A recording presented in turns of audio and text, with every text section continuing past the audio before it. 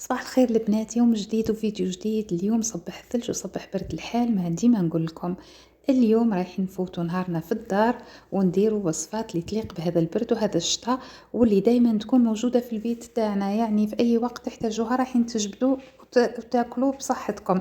عندي اخترت لكم وصفتين، واحده تجي بزروديه او الجزر، وواحده بالفلفل. رايح ندير لكم فلفل مفور اللي تخبيوه تقدروا تجبدوه في اي وقت في فصل الشتاء، يقعد لكم حتى للربيع، شهرين ثلاثه حاجه ما تصرالو. والزروديه المشرمله تاعنا والجزر المشرمل كيف كيف. نروحوا نشوفوا الطريقه والمقادير كيفاه. نبداو بالجزر او الزروديه المشرمله. الزروديه تاعنا نقيوها وننظفوها. عندنا الكرويه، الفلفل الاحمر الحلو والحار، الملح، الزيت العادي، زيت زيتونه، وعندنا هذا الفلفل اليابس ومرحي. نروحوا نقطعوا الجزر تاعنا بلا ما نساو الثوم. تعاود الفيديو ما على باليش علاه، لا غالب مازالني جديده في المونتاج، مي معليهش نعاودوا نذكروا بالمقادير.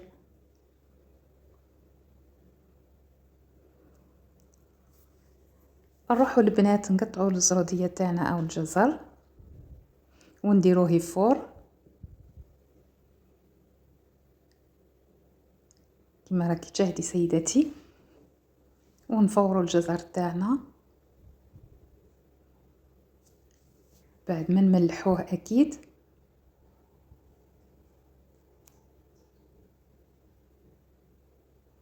كما راكي تشوفي شويه تاع الملح. انا مازال نزيدو نديرو في لاصوص تاعنا الملح. نخلطو الزروديه تاعنا باه تتملح كامل ونحطوها تفور ونغطيو عليها، ونروحو نحضرو لاصوص او الدرسه تاعنا اللي راح نديروها معاها. نجيبو الغيسيبيون تاعنا نديرو فيه الثوم مع شويه تاع الملح ونهرسوهم، ندرسوهم ولا نهرسوهم، كل واحد كيفاه طريقته كيفاه يقول. كما راكي تشوفي. ومن بعد كش نديرو شويه تاع الكرويه. صدقوني البنات هذه الوصفه خبيها شتا كامل، في اي وقت تجبديها، يجيو الولاد من القرايه تكوني خدامه وروحتي تعبانه تجبديها تاكليها بصحه ولهنا. نديرو العكرين تاعنا وشويه تاع الحرور، اللي يحب الحرور اللي ما يحبش اختياري. وحنا في الشتا نحبوا الحوايج الحارين بزاف. نكملوا ندرسوا هذيك لافاغس تاعنا كامله ولا الدرسه ولا كيفاه نقولوا لها.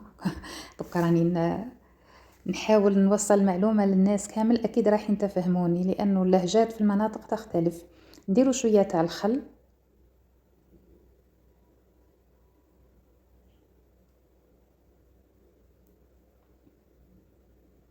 نزيدوا شويه تاع الخل، ومن بعدكش نديروا شويه تاع الزيت العاديه، شويه زيت تاع العاديه والكثير من زيت زيتونه. انا نحب فيها زيت زيتونه بزاف، وتحب الزيت بزاف باسكو من بعد راح تغطيها كي ديريها في بلاره ولا في لابواط تاعك، لازم تجي مغطيه بالزيت باه ما تفسدلكش وتقعد لك حتى للصيف. كي تحبي تخليها حتى للصيف تخليها حاجه ما تصرالها.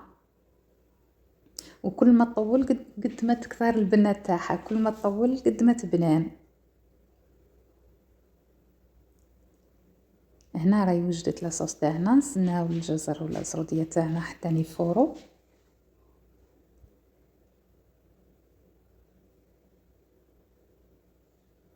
نزيدو شويه هذاك الفلفل الحار، اللي يحب الحار، اللي ما يحبش الحار ما يديرش الحار. انا هنايا نحبو عائله كامله نحبو ناكلو الحرور، ما لا درت الحرور. هنا نشوفو الزروديه تاعنا وإلا كان طابت، راها طابت، نطفيو عليها نخليوها شويه يكثر الكسكاس تاعنا من الماء هذاك الزائد، ونقلبوها تقلب زوج خطرات ثلاثه تقلب. راحت لي الهضره معليش، المهم تكونوا فهمتوني. تقلبيها سيداتي خطرتين ثلاثه، ومن بعد ديريها في السلادي تاعك،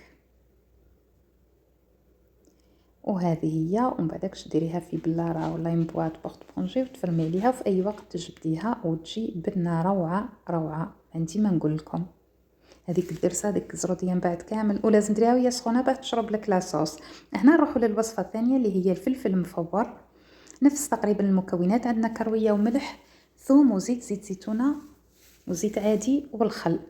هنا غسلنا الفلفل تاعنا قطعناه درنا له شويه تاع الملح ونحطوه يفور. الفلفل ما يحبش يفور بزاف، فورا زوج هكا غير تقلبيه تقليبه زوج فرات.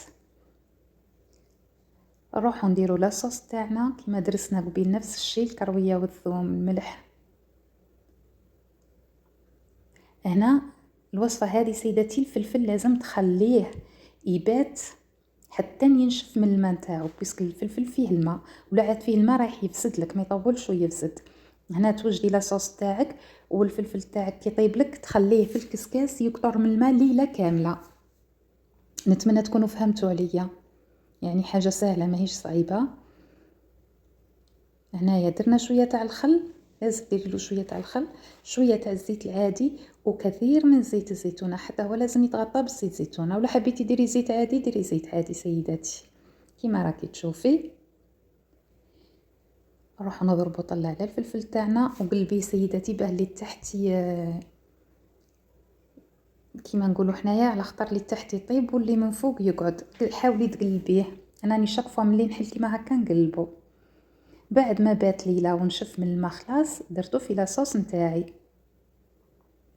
وهنا جاتني لاصوص ناقصه، زدت غميته مليح بالزيت. ديري له الزيت كيما راكي تشوفي، يعني درتو في لابواط.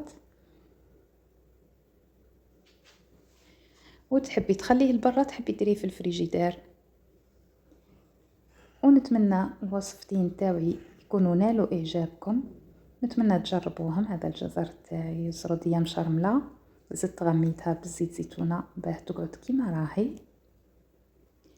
وهنا شوفوا معايا طريقه التقديم، هنا راني قدمتها بعد اسبوع، صدقوني بعد اسبوع هذه، بيسك نخدم وما قعدتش غير اليوم اللي جبتهم حطيتهم ودرت لكم المونتاج للفيديو. وهذه هي المشرمله بنه ولا اروع، جربوهم سيداتي ماكمش رايحين تندموا عليهم. شهيه طيبه، ونتلاقاو في فيديو جديد ووصفه جديده باذن الله. وما تنساوناش بجيم وتفعيل الجرس والدعم فضلا وليس امر، وشكرا.